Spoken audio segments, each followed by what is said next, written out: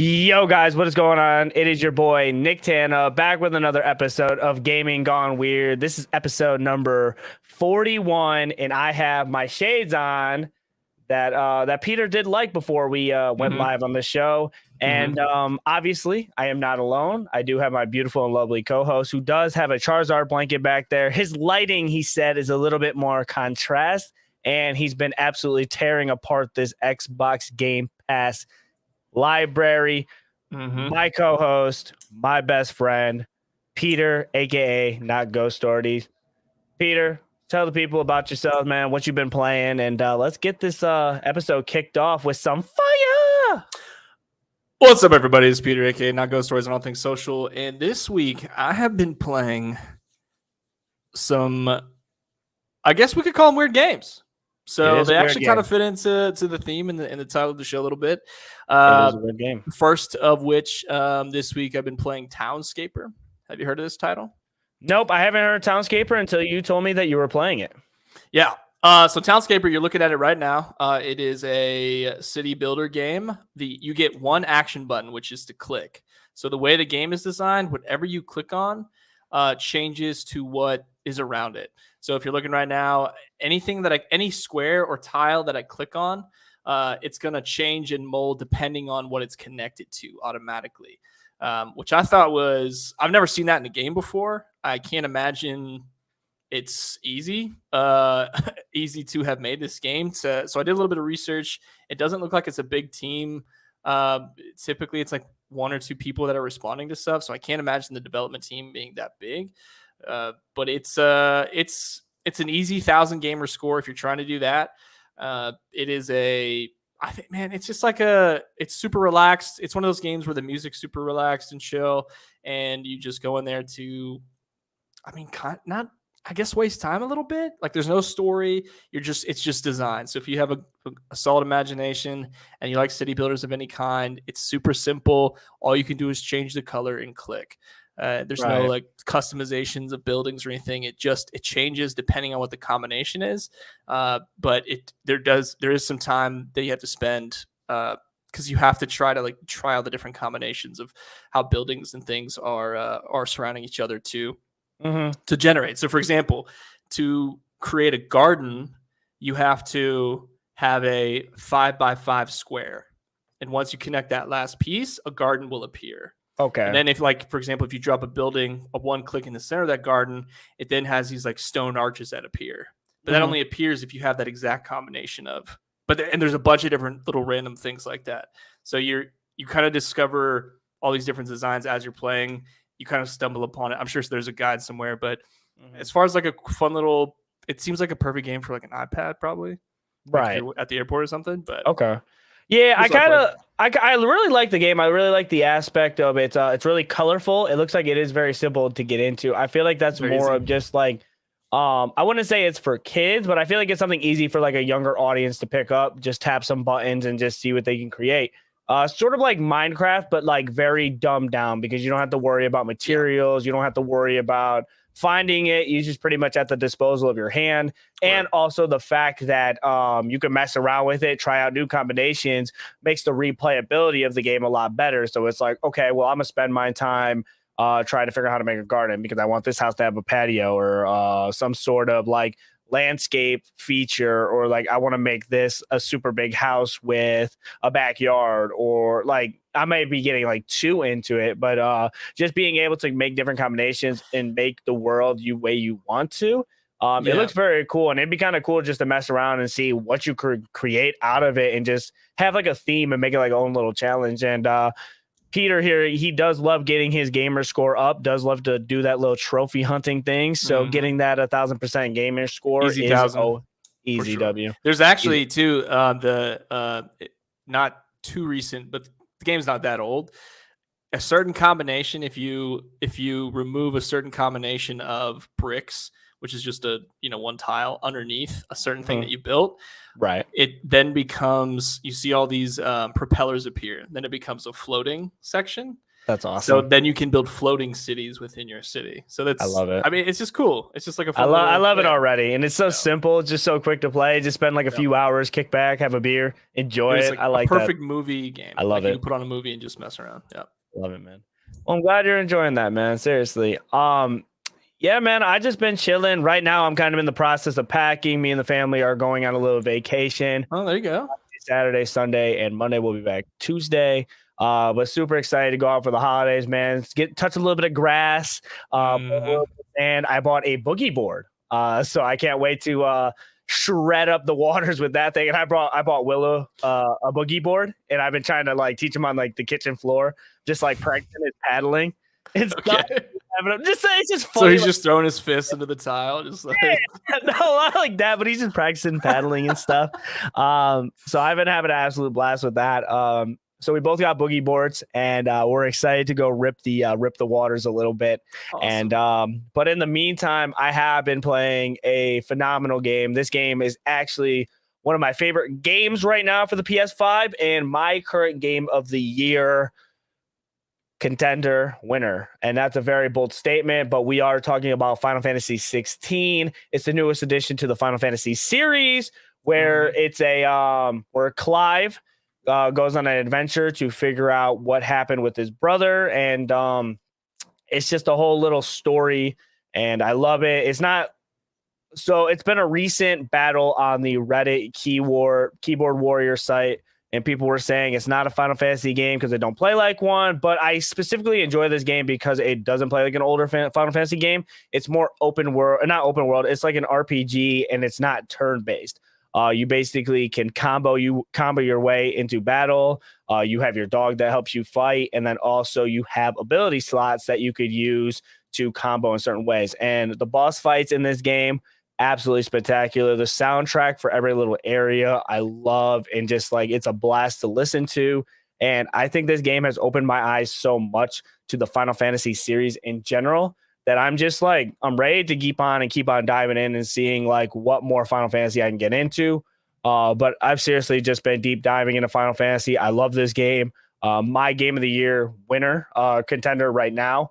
I think it has a strong case, but I will say it is a certain taste for certain audiences. Some people may really love it. Some people may not. JRPG is like a kind of an iffy genre, but honestly, I love it. I love that I picked it up. And shout out to the team over there at for Final Fantasy for releasing 3 million copies week 1. So that is a very good accomplishment for the Final Fantasy team. And I could just go on for hours and hours about this game. I absolutely love it. So the biggest difference then between traditional Final Fantasy games and that, would you say, is the combat for it? You say the combat's different? Is that why? Yeah, is that like you're talking about the Reddit keyboard warriors? Are they saying that the biggest difference is just the real-time combat versus turn-based? Yeah, because a lot of the Final Fantasy games are turn-based. They've always been that way, especially Final Fantasy VII, which is a lot of people's favorite Final Fantasy, at least from what I see. So it's a lot different for that type of genre, but at the same time, it introduces people into the series like me to like always get turned off by the turn-based matchmaking, the turn-based combat, because the only turn-based combat I really do is like Pokemon and then the Stick of Truth, if you remember that game. But yes, Jerry, this was my first Final Fantasy game, and I'm absolutely in love with it. Sunny day in Ohio, I see. Yeah, very. I just want to look cool in front of my friends. That's basically it. And my friends being you lovely people. Dang. You lovely people at Know Your News, Gaming Gone Weird. And if you guys want your question read on air, or you want to help support me and Peter more with my lovely friends that I wore my lovely sunglasses for, you guys can leave a KYN chat over at kynchat.com. Get your questions on the air, and then also it helps me, Peter, and everybody else that Know Your News out, and it keeps us happy. So you guys definitely want to see us happy and smiling. With that being said, Peter, are you ready to kick off the show with the question of the day for my lovely friends? I am prepared. Let's get into it. Prepared. Are you ready?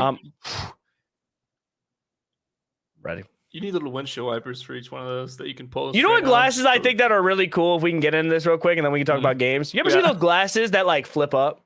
Like they're sunglasses, but they flip up into like actual glasses. Oh yeah, those are tough. Like crazy. Those are tough. I need a pair. And then they had the hat flipped up. Yeah. Like I think I'm reaching like the age requirement to have like some ones that flip up like that. I think you should. Oh, that'd be tough. Oh yeah, I'd be tough. Cutting the grass and just being like, hey, what's that over there? You know, that'd be tough. I reached the age requirement. All right, we'll see about that. All right, question of the day. If you had to speed run a game, what would it be and why? First of all, have you ever speed run a game? No, never tried. Have you ever attempted to? Have any interest in doing it? Okay. I really do have an interest in it, but at the same time, speed running a game is a art that only some people like really can do and appreciate, because speed running is a lot of learning and a lot of like precision, patience, over repetitiveness, doing it over and over and over again, timing. It's literally perfecting a game to a different level. If I had to pick my game for speed running, it would have to be Sonic Adventure 2 specifically, because I've watched people speed run that game before. And I understand the trickiness of certain areas that you could do to cut off time and to beat bosses faster and a lot of stuff like that. So if I were going to do it, I was going to do a game that I'm very familiar with. That'd be Sonic Adventure 2, just because I'm more familiar with that game. And Sonic games are supposed to be made to play super fast anyways. Yeah. If I had to pick a consolation winner, it would be Only Up, just because of the fact that if you could beat that game in 25 minutes, you deserve more than a trophy. You deserve a key to the city. So because that is actually insane. All right. What about you? I like the idea of older games. I think the older games probably have more, what's the word for it, where you like take advantage of their system exploits, I guess. I think Halo 1 would be an interesting game to try to speed run. That's a very good answer. Because I don't think there you can.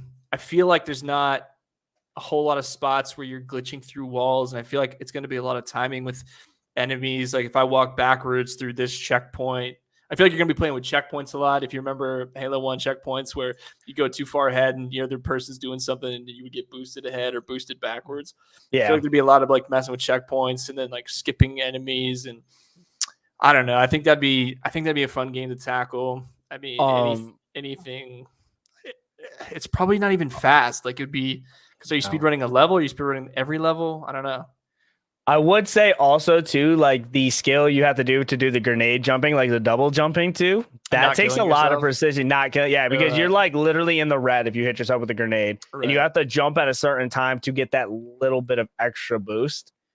So, a lot of people in the chat, they said, Cooldown said No Man's Sky, and Jerry's actually said Resident Evil 2 Leon's Stories. So I played Resident Evil 2. I haven't played Leon's Story. I played Claire's. But I still love that game. I should have played the other story, to be honest. I don't know how much different they are, but it's there. I think it'd be, because I feel like I never see new games being speedrun as often as old games. Yeah. No, because old games have so much more exploits than like a newer game. Feel me? Let us know in the comments below. You had something to say? Nah, I thought you just thinking out loud. Thinking with my face. You know how it goes. Speaking with my face. You do a good job of that. Kicking off the games that are coming out this week. A few of the ones that I highlighted was Dave the Diver, which this game looks Dave the Diver. I'm a big fan of Dave.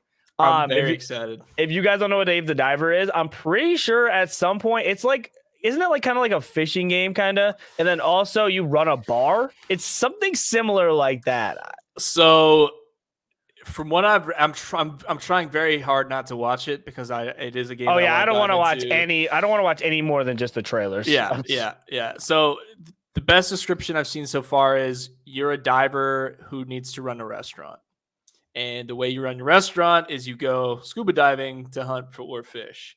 That's so awesome. There's like a seemingly huge like underwater adventure, but you still have to manage your bar. So you have to like come back, do like a management style, like fishing style, resource gathering type thing. for the restaurant bar that you run. But then there's like this underwater adventure that you have to go solve and do while you're diving. So it looks very cool. I watched the trailer, I watched the gameplay trailer. I have no idea what it's about. I cannot tell. Like, everything in it looks weird. I can't wait. The cutscenes look ridiculous. It just looks like a fun game. I love it. The early release reviews before the game came out yesterday or today, and the early release reviews before the game even came out had 12,000 reviews on Steam, overwhelmingly positive. So it had almost 12,000 reviews with a perfect score. No, I've heard a lot of good stuff about this game too, and I've seen people get early access to it. I've tried to avoid so much of it because I know I'm gonna play it, so I definitely want to keep that. I think this game is gonna be freaking awesome. I think it's gonna be cool. I think it's gonna be proof that you don't have to release games like Gollum. I think you could just bro. Complete a game. Indie games are taking over, and if you can't see that, then dude, right? Is that weird? Indie games are taking over, bro. It's facts, dude. Indie games are definitely taking over right now. First of all, they don't get so much pressure on them, and then their passion products, they put just so much work and so much effort into it. It's a beautiful seeing. Yep. And it's always like simple to the point, and what they do it very, very well. They don't try to push out a 40-50 hour game like some of these guys, and sometimes they don't need to. Other games that are coming out are Destroy All Humans 2, Story of Seasons, A Wonderful Life, AEW Fight Forever, Dead Cells is coming to the PlayStation 5, the Lara Croft Collection is coming to Switch, Crime O'Clock is coming to Switch and PC, Everybody 1-2 Switch will be released on the Switch, and then Ghost Trick Phantom Detective is going to be on PlayStation 4, Xbox, Switch, and PC. So a lot of games coming out this week. I am excited for Dave the Diver, though. That's like the main one for me. I will be diving into Dave the Diver. Diving into that game, I should say. Yeah, I hate you. All right, let's get into the news. News topic number 1. I wrote this before Pieter actually corrected me, but it changed. So the game coming out in September, Starfield, the big open world with 1,000 planets, 900 of them being bare and nothing on them, but 100 of them having life and a lot of other stuff to it. A game by Bethesda, Xbox's heavy hitter, was reported that it wasn't going to have a physical disc, but it was a confusion. And now that Starfield will have a physical copy, and you can get it on Amazon, and it will be coming with all collections of the game. My question for you, Pieter, is the physical copy in the collectors of the gaming world slowly dying? I'll kick it off with you. Of course. I do think that the value of a physical copy will go up significantly. And I think what's going to happen, here's my way too early prediction. I think what's going to happen is hard discs for games are going to become like vinyls. And the way that the vinyls never really died for music, but they are now collectibles. There's still a high demand for them, but the price goes way up. So if I'm a producer of hard discs, I'm seeing this now and I'm going, all right, you can get a digital copy for $60, but all hard copies now are going to be like $100. Dude, and so they're going to jack up this. I don't know about Nintendo. I feel like Nintendo's never really had an issue with hard copy. Like, I feel like Nintendo's just something. Which is super weird with Nintendo, because Nintendo always wants to give you those little memory card, little like slot things, man. Like versus like an actual disc. Like, imagine giving a 3 or a 4-year-old that little memory card of a game, and it just gets stepped on, jostled around. Yeah, it's gone. It's gone, man. Yeah. So like, I feel like it'd be easier just to produce a disc. But I mean, so I think it's gonna. I don't. That's not my business. That's not my business. That's above my pay grade. That's above my pay grade. I just talk about the games. You feel me? Can't you see going into a store and you're like, I'm gonna pick up Starfield, the physical copy, and then you're gonna get the discs, or all 8 discs or whatever it's gonna be, for the physical copy of this game, and then you're gonna get like, it's gonna go back to the way it used to be. Then there's gonna be like a Starfield map. And it's gonna have like character bios. And then it's going to have, like a signature and a note from the devs or something. It's going to be like you're buying a box set of sort, because box sets haven't gone out of style. Diablo, I mean, Blizzard always has giant, way too overpriced box sets, but I feel like it's going to be that way. Overpriced is the key word. Overpriced is the key word. That one in there. But like it's don't you think it's going to go that way? Kind of like I feel like it's going to be like vinyls, where you're collecting it, and it's just the price is going to go up for physical copies, but there's going to be a lot more in it, and that's just going to be the standard. I feel like this is the thing where I'm at. If we could get out a better quality game, and let's say like we cut down costs of the physical game, and we use that money to producing a better game in general. Like, let's say some of that money goes towards the team. And it's like, instead of the budget for producing a physical disc that, like, let's say since Final Fantasy, they pushed out 3 million, like, let's say those 3 million copies they sold were all disc. And they could say, instead of having that money to produce, sell them, put them on shelves, the promotion for it, whatever, GameStop, Target, Best Buy, we give that money to the team, and it puts in like another thing or a DLC or something towards that nature. I'm cool for just having a digital. I've never been a super fan of the like super ultra deluxe mega $300 here bundle thing, because I bought that with God of War, and not saying it was like one of my least favorite purchases, but I spent about $200 on the collector's edition.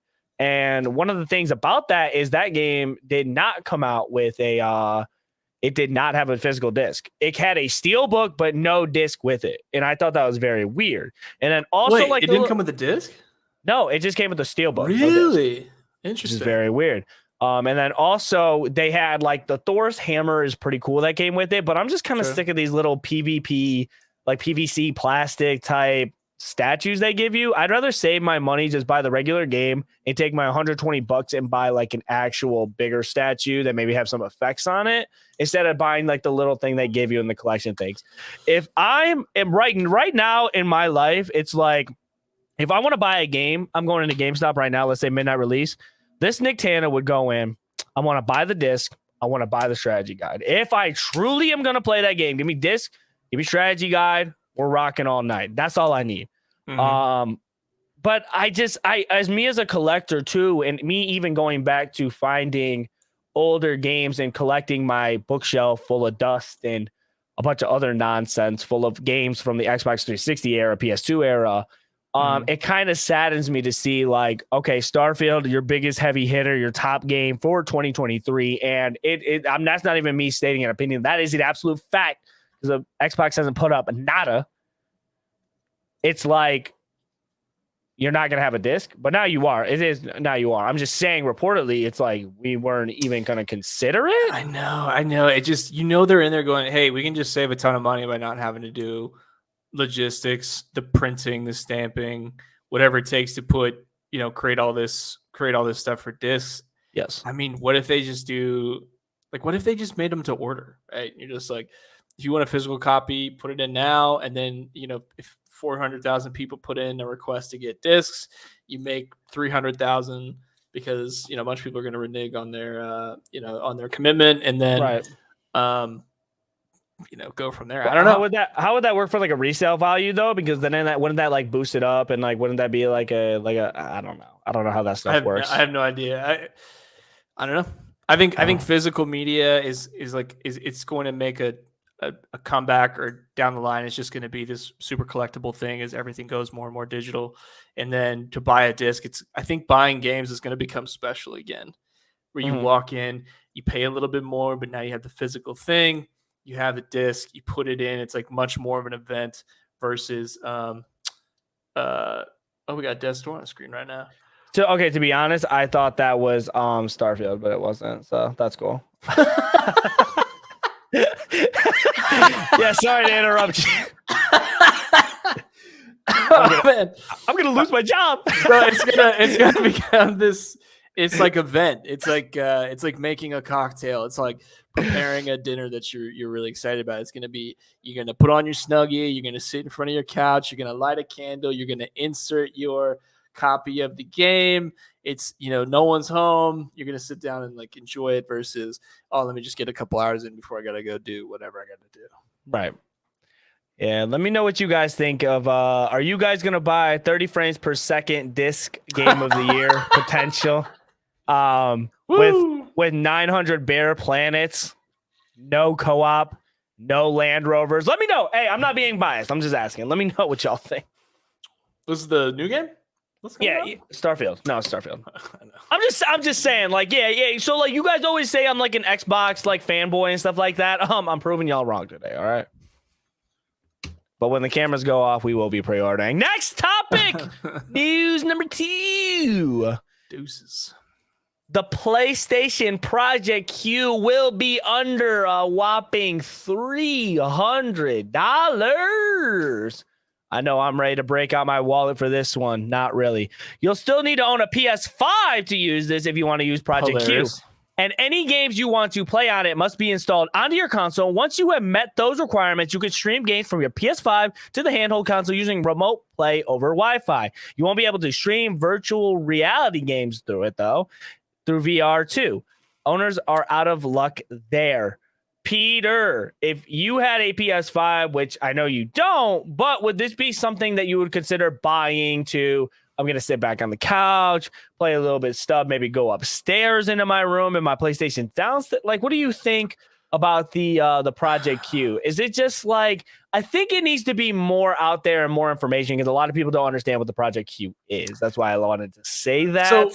So am I able to take this to like a Starbucks or something and play? Am I able to take this to like a Denny's and play if it has Wi-Fi? Yeah, so like if you have a your PS5 and it's at your house, you can play it at like somewhere else that has Wi-Fi. You just gotta have a Wi-Fi connection. Okay, that I like a little bit more. For some reason, I thought it was just to be in the space that you're in. Like it has to be close to your own console for some reason. I don't hate it. I don't hate it as much. With that in mind, I don't hate it as much. It looks big. It looks really big and bulky. I don't know if I'm about it. Does it look awkward? It looks like a concept. Okay, I hate it. Honestly, I hate it so much. It's like putting your... Look how big it is. How heavy is this thing? 10 pounds? I don't even know how do you get a case to even fit in there. Is that an iPad plugged into the center? Honestly, at that point, you might as well just get one of those things from Amazon, like a backbone or something, and just might use as well that. Just pick up a book. Just take a book with you. Just read. What's that? What's a book? I play video games. I don't know, man. PlayStation's tried to go. How successful was the PSP? People love the PSP. Are you serious? Like, I mean, but how successful was it? People love the PSP. I don't know the statistics. People love pineapple on pizza. No, they don't. Insane. Do not lie on my show ever again. I'm just saying. Ever. All right. Nobody loves pineapple on pizza. Pineapple that's on the short pizza. Right there. That's the short. No. I don't know, man. I've already spent a boatload of money on the console. On the PS5, bro. I'm already spending a boatload of money per game. Dude, if you're spending that much money on a console, you know that the setup's already nice. So this is where I'm at, bro. This is where I'm at. How much battery could this possibly have? It would have a decent amount of battery. Look, this is literally for, bro, if you cannot like stand 1 second of being outside and it's like you need to play Final Fantasy for that little bit of time when you're at grandma's on Thanksgiving, like this is where the audience is. All right. If you work at your job, maybe you got an office job, who knows? You don't do nothing. I'm not going to snitch on you. If that's what you're doing at your job, you're on your Project Q. I'm with you. You know what I'm saying? It's more of just like, I'm out. I got to get something done. I feel like this is going to be great for like the game reviewers of the world. Like, okay, I need to get this review done. I'm going to go ahead, getting some Wi-Fi. I got a little bit of time. I'm at the airport. Go ahead, break this out, play a little bit. I am at a hotel room. My PS5, I don't want to take with me, but I can still play my favorite games on the go. Now, my question for the Project Q, is this going to be handling any type of game the PS5 puts out? We're talking about games like God of War, Final Fantasy. We're talking about games like Horizon. We're talking about Last of Us. How good of quality is this Project Q going to produce? Are we talking we're going to drop down the quality? Is this going to be only restricted to 1080p 30 frames? Because it's not going to be able to do what we think it is. And if it can, and it's under $300, Bravo, Sony, bravo. But I doubt it. So I'm at the point to where like I'm kind of on the edge of it. I'm kind of on the edge. It's not in my budget, but I can see it being useful for somebody in general. You make a good point. You make a good point. You know, it's like if you're going home for the holidays or something, or you got to spend a week somewhere for work or something. I get it, but that's the point I didn't even think about of just the performance. How is this going to perform? Think of like the Switch. The Switch can only do 30 frames per second, 1080p. Yeah, but the Switch doesn't try to be something it's not. This feels just, I don't know. It feels like it's trying to get into that gaming space. I'll tell you that. Let me know what you guys think of Project Q, man. Let me know. The next thing I do want to get into really quick is because this is kind of a big deal. We'll try to get through it as much as possible and talk about our favorite moments, our interesting moments. But right now, the Xbox is in battle with the FTC about acquiring Activision Blizzard. It's been going on for about 3 days. Phil Spencer has taken the stand. Jim Ryan has taken the stand. It has been an absolute battle. A lot of information being leaked, mainly about Call of Duty, mainly about is Call of Duty a game that's going to be missed? Is it that popular of a title? They want to know what Phil Spencer's plans is. Is this a competitive buy? This battle has been a popcorn eating experience, and I cannot keep my eyes off it. I just haven't, dude. Like it's been so juicy. Starts with the fact to where they're saying the next Skyrim ain't coming out for another 5+ years. They're talking about they want to keep Call of Duty on both platformers, but they want to take away Overwatch 2 off of PlayStation? What? Yeah. Oh, I don't like it. I don't like it. You Xbox fans and your Xbox hoodies and your Xbox hats. Oh, I can't stand you. Oh, I can't stand you. You want to take away Overwatch 2 from us? From me? Are you serious? Are you kidding me? We need that game. Yeah. Go ahead. I need a drink. Go ahead.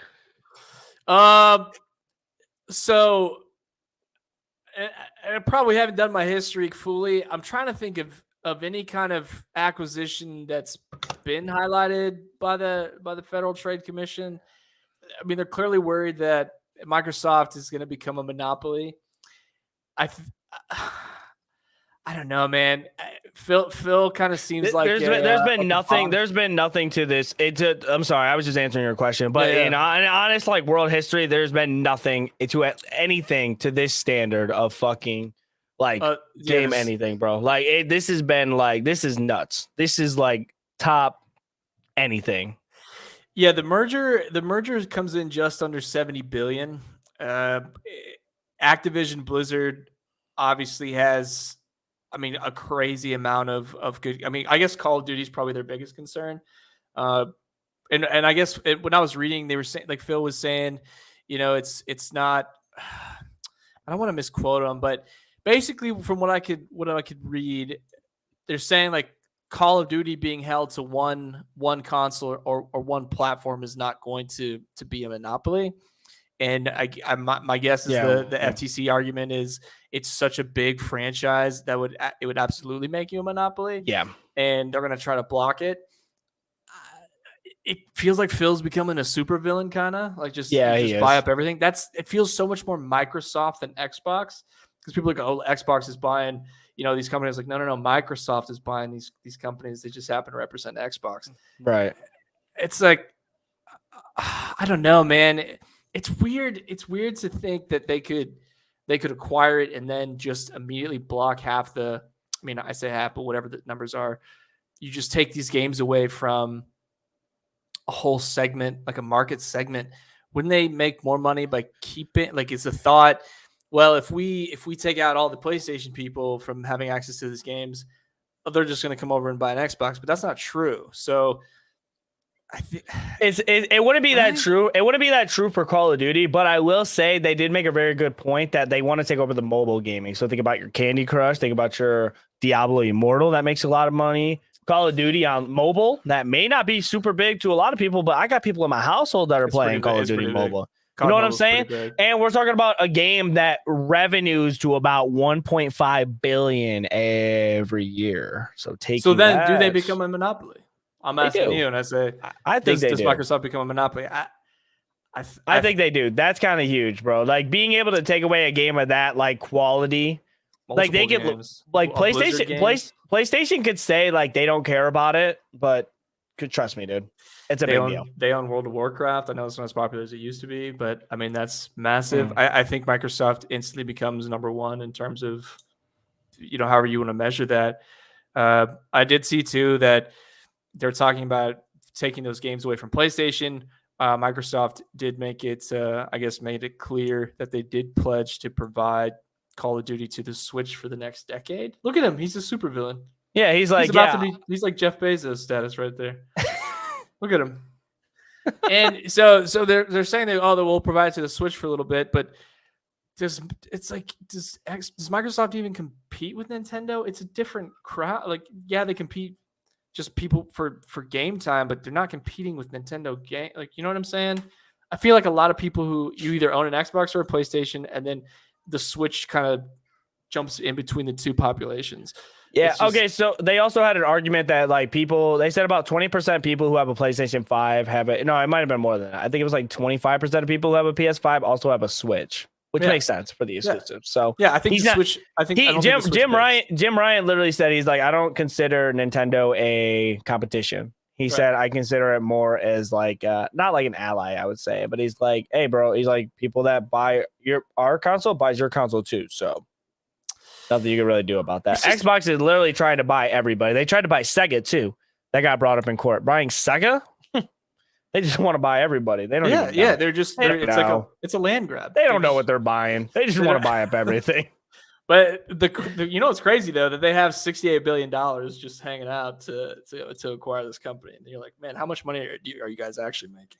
But it would absolutely, without a doubt, give Microsoft the upper hand, the upper edge. They would be number one with all the other players on the market, especially if they capture a huge segment of the mobile gaming, which has the most gamers worldwide. I don't know, man. I'm trying to think of how it would negatively impact gamers, unless it's truly just you're making it inaccessible rather to a segment of the population. But there's already exclusives on platforms, so that's already happening. Not to the level that Call of Duty is, but it happens now. It happens every day. Some games I can play on my computer, some games I can't. Some games you can play on Xbox, some games you can only play on PlayStation. So it's got to just be the scope and the size and how valuable the Call of Duty name is. Would be my thought. Are you letting it go through? Or are you blocking it? I don't think it should, bro. Yeah. I don't think it would be good for anybody. The way that they're talking about, the way I'm seeing it, if they're emailing about stuff for Overwatch 1 and not Overwatch 2, they're trying to, you know what I'm saying? They're trying to take stuff off of other platforms. I don't like it. If I'm Blizzard, what am I concerned? No, because they're getting paid regardless. That was the whole point of selling themselves. So. Yeah. Let me know what you guys think, man. What were you gonna say? Go ahead. I was saying I agree with you. I'd like to not see that go through. And I don't know, man. I just want games to win, but we kind of lose if people start gatekeeping what we have access to. That's true. That leads to other thing, man. I think that could lead to more games as a service. So you're like, yeah, $7 a month for Xbox Live. It's another $15 a month if you want access to these games. It's $200 a year if you want to get access to all this stuff. I think that opens the door to a lot more gatekeeping by Microsoft individually, which stinks. That's true. Let me know what you guys think. Are you guys letting the deal go through, or are you letting it drop? I need my PlayStation fanboys to unite on this one. And now, for your guys' favorite topic of the day. You guys knew it was coming. It's Pieter Reacts. He reacts. We need to get a song going. Who would I contact for the song?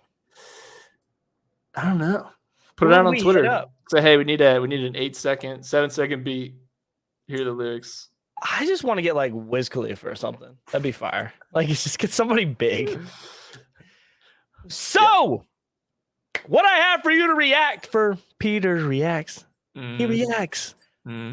Xbox is releasing a new Xbox that they will be giving away in collaboration with a game. And I want you to guess right now, Pieter, what is that game that Xbox is collaborating with? To release a new Xbox? Yes. Like a themed Xbox? Like a themed Xbox. What do I want it to be? Xbox, an Xbox themed, a themed Xbox. A themed Xbox. Is it the Wario Party game that we reviewed last week? Because that would be terrible. You were so very close. It's close. It's Barbie. It is a Barbie Xbox. This Barbie is a gamer. Together with Warner Bros. Pictures and Mattel, Xbox is excited to invite fans on a fun, fashionable, and inspirational ride this summer to celebrate the much-anticipated release of the new movie Barbie, premiering in theaters on July 21st. This is in collaboration with Forza Horizon 5. It's an in-game content. You will be able to drive her Chevy Corvette, and also a 2022 GMC Hummer EV pickup. It will be in Forza Horizon 5, and this will be released also with some cool little Xbox skins. So, Pieter, I want your first impressions. What do you think? Are you excited? How are you feeling in general about the design? How are you feeling about the? Okay, let's hear it. All right, go back to that pick real quick. Yeah, I got you, bro. Yep. All right, does it come with the beach house? Does it come with the beach house? I am not for certain if it does come with the beach house or not.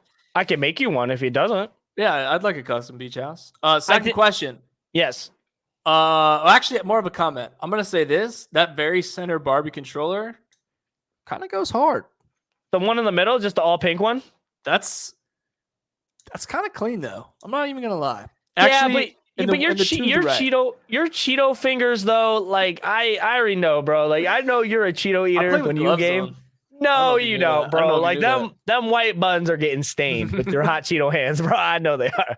Come on, let's keep it real. Let's keep it real. You're a muncher when you game. You're a munch. You're definitely a munch. Let's be honest. All right. Yeah, you're right. I do like to eat.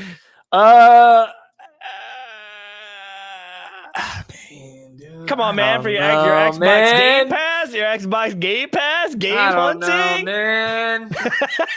How are we feeling? Get it off your chest. What's the vibe? What gives up? Dude, I don't like it at all. We can see Barbie together in July if it does change. I want to see Oppenheimer. I don't want to see Barbie.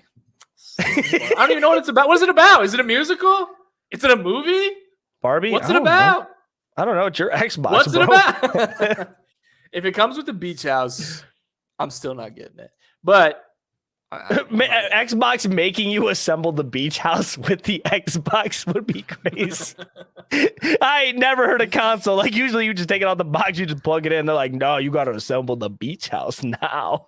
Yep, make sure it's like you're building your little doll houses again. Is the Xbox just pink with the sticker on it? Is that what it is? It's pink on the front. Yep. Okay. Is there a price difference? I did see a price. No, I don't like it. Scale from 1 to 10, rate it. Is it better than Golem? I mean, I couldn't even play Golem on it anyway if I wanted to. I'm gonna give it a 2 out of 10. That's tough. Is that the Wario game is probably better? Cue the audio sad, like the audience, like sadness. Man, when is it? Is it already out? Nah, I don't Who's know. buying this? I am. Oh, you're not. I know. But somebody is. Barbie Xbox. Dude, when does this come out? It's given away. It's giving it away. I think we should enter, though. I'll enter it. So, wait, it's in collaboration with Forza as well? Yeah. I just said Horizon because, like, I don't know. Okay. But yeah. that's been another episode of Pieter Reacts. And he reacts to games and Xboxes. His Barbie beach house is made. He reacts. No. 2 out of 10. 2 out of 10. Would never purchase. And now, even though we are a little late into the show, we will be talking about our main topic of the day. And the main topic of the day is animals that fight back. But before we kick into our main topic, make sure you guys leave a like if you do like these type of podcasts. Me and Peter go live at 8 p.m. Eastern for Know Your News every week on Wednesday, 8 p.m. It does. It really does. Leaving likes, comments, sharing with your buddy, sharing on Twitter. We are on Twitter too at Know Your News. And also on the Know Your News channel, you also get a plethora of other news channels you could watch, such as sports. I really love the Out of Bounds. They have a flick one where they talk about movies and everything. So make sure you guys check it out. But now we're going to be talking about animals that fight back. And I think I wanted to highlight this the most because animals are sick and tired of your guys' crap. And at the same time, they don't need to use their paws or their claws. Sometimes they fight back with weapons. And I will be highlighting game number 1, which will be Tunic. Explore a land filled with lost legends, ancient powers, and ferocious monsters in Tunic. This Souls-like game is an isometric action game about a small fox on a big adventure. You could So this game is literally a lot of Zelda inspirational type of feel to it. And then it also has that Souls-like combat that keeps it very intriguing and very, very hard. So don't get amused by the cute little fox and his little sword. He's ready to play and he's ready to game. Peter, how do you feel about Tunic? Is that the game you couldn't get past the alligators on? How do you feel about the game, Peter? Is that the same one? How do you feel about the game, Peter? How do you feel about the game, Peter? I look. Do you like Tunic? I watched you struggle. Do you like the game? I do. Do you like it? I like a game that you can't beat. That's what I like to support. And Tunic's one of those games. It reminds me a lot of one of the other games on our list. We don't have to say it yet. But I do like that.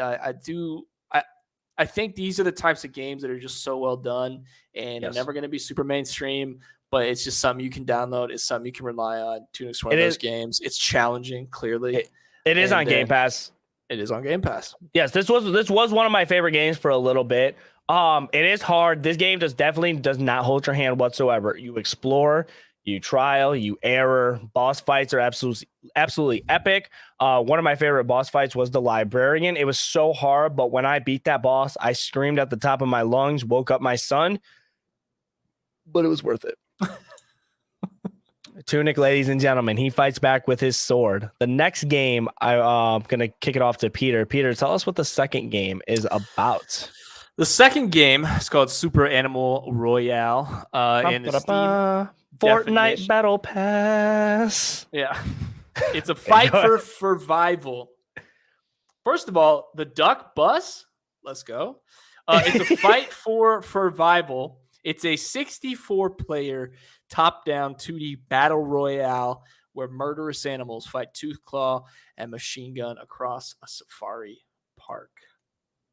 That's the Steam definition, as it were. I think 64 players is insane. I think they get away with it because it's 2D probably, so it's not going to be super choppy, super crazy. Mm-hmm.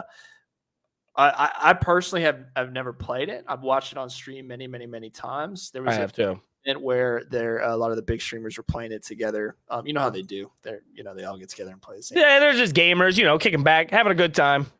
Yeah. As far as battle royales go, clearly easy to pick up, and it looks fun. You know what I'd really like to do though? I really like to do more party nights, like party game nights. This feels like one of those that's don't talk about it, be about it. You know what I'm saying? Like if you want to do it, I'm down. Like you don't got to ask me, bro. Do I have to organize? Okay, I'll organize. You know what I'm saying? Like I want to do something on here. Like I feel like that'd be so cool if we could like maybe try and do a stream on here and be like, hey, we're playing Super Animal Royale with everybody that watches the game, and then we could do like. I would love, dude. That'd be I love that. I can see if I can schedule something. Yeah, tune in for an hour. Like we're just gonna play it the whole time. It looks cool, man. It's a great stream. It's like a fun stream game to watch. It's a party game. It's never going to be something that people are like hardcore into for years and years, but it's one of those where, everyone's sitting in the Discord on a Friday night, like, hey man, what should we play? Like, we played tons of Among Us already. I don't want to play this game. It's going to be one of those types of games. Yeah. To talk about this game entirely, though, I think it's very cute, very charming. The duck bus gets a W for me, honestly. Yes, the duck bus is the best part. I think the aesthetics of it and the 2D form of it is very cool. I'm not really so reliant on the gameplay. I do like that it's a battle royale. It makes it very challenging. I don't know what type of elements they will have in the game, but I really love animals. And they have it. They have like mops. They were hitting each other with mops in the very beginning. They had guns. They had it all. I'm ready to get a victory royale and be top of the food chain, as I would say. Mm-hmm. I'll let you kick off number 3 because you absolutely love this game, and I think I'm going to give you the floor and the honor of presenting one of my favorite games as well of this list. Yeah, so number 3 is Death's Door. This is a game actually finished on stream as well. Reaping souls of the dead and punching a clock might get monotonous, but it's honest work for a crow. The job gets lively when your assigned soul is stolen, and you must track down a desperate thief to a realm untouched by death, where creatures grow far past their expiration date. So essentially, you play a crow, and you are a reaper of souls. So this goes back. So dark themes in this game. It is the theme is basically death, and you're trying to make sure souls get returned properly. I'm not going to give too much of it away. The environments are really nice. All the boss fights are really, really fun. The combat is super smooth, like dodge rolling. There's a lot of that. It's a lot of timing based. This is the first game that I played that had this view outside of Ravenlock, where you have you can't do a 360 with the camera. So it's something that I had to get used to as far as depth perception goes. But as far as the game itself, the combat is super smooth. All the boss fights are really, really good. It's not easy, especially toward the end of the game. Yeah. Those boss fights are pretty difficult. And so it is challenging. It's not forgiving. The story's great. The achievements are tough. If you recall, you find an umbrella. There's an achievement to beat the entire game using only the umbrella. The umbrella is very weak. The game's already hard enough with the best stuff. So, yeah, to add on to that, it is an RPG based game, so you can go in with different weapons and different skills. You could go more of a dexterity build. You can go with more of a strength build, stronger weapons, a little bit less speed, kind of hit more. I went with a dexterity build for this game, and Pieter said these enemies are really fun. As they are very charming, they are a pain in the butt, honestly. They were super hard. To bring up one of them, the Yeti. The Yeti was my absolute. Yes. She gave me a run for my money. But it's very charming in effect because I do love bird characters. I do love the bird characters of the game, and being able to use different weapons and like the 4 or 5 areas that they have are very cool in general. I think the commentary they have is also lively, fun.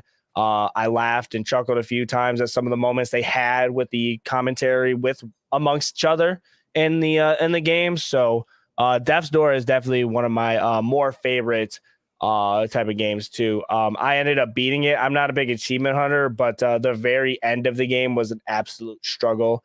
And the final boss fight, won't give it away, but it is difficult.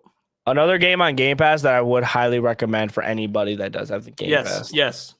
Not just, even if you don't like those types of games, the game itself is just really, really well made. 100%. In the last game that we're going to be highlighting of animals that fight back is Squirrel with a Gun.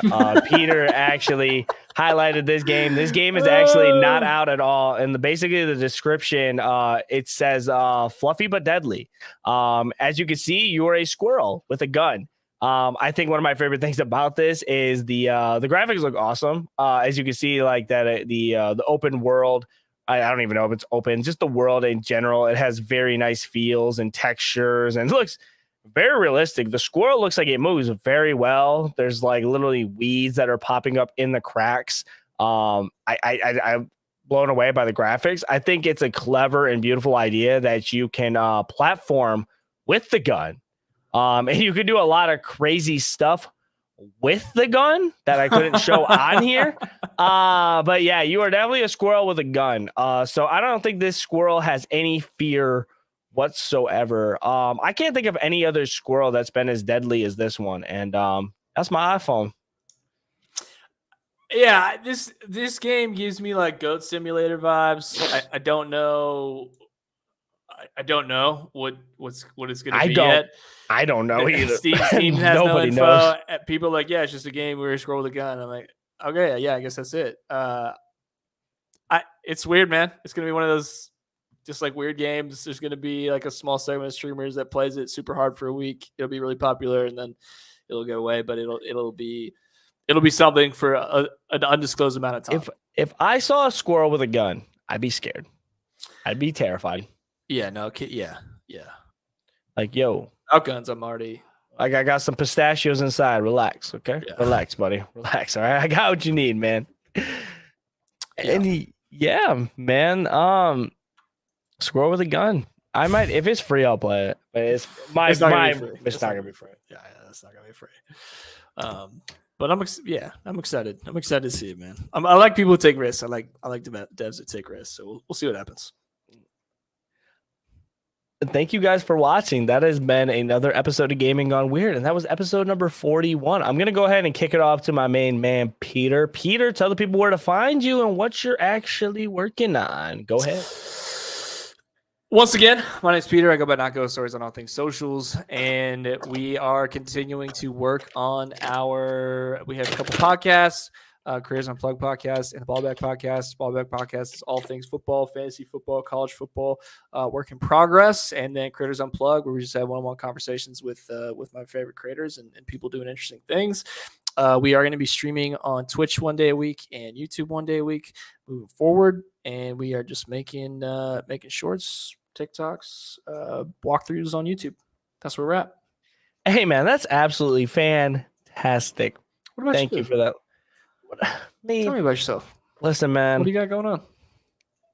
Listen, what I'm going to be doing today is I have a crazy game of Madden that I have to play for my Madden franchise. So I will be doing that tonight. But your boy Nicktana has been working on his sleep schedule, making sure he gets 7 hours, 8 hours of sleep. I'm at 7 hours right now. 7 hours seems very good. I've been working on myself. But if you guys want to catch up with more of me and what I do personally, I am a great game reviewer, game critic, game lover. So if you guys love any of that type of stuff, make sure you guys check me out on YouTube at YouLoveNicktana. Also, you guys can check me out on Twitter for the greatest tweets, my feeling about games, and keep you guys posted about everything news that's going on. And then also I stream on Twitch, possibly Kick soon. Little spoiler. I don't know. I'm just kind of riding the wave right now. But if you guys want to catch that, it's going to be at YouLoveNicktana as well. And then also I have a bag of Sour Patch Kids that I'm going to mess up my teeth with while we're offline. So thank you guys for watching. Thank you guys for watching. I've been eyeing down these bag of Sour Patch Kids for too long, so I'm going to log off. Turn the cameras off. Yeah, to get them out of here. Let's get out of here. Seriously, bless you guys. Tell someone you love them because you never know what somebody's going through. Thank you for being weird with us, and I will catch you guys for episode number 42 next week, 8 p.m. Eastern on Wednesday. Thank you guys so much, and good night.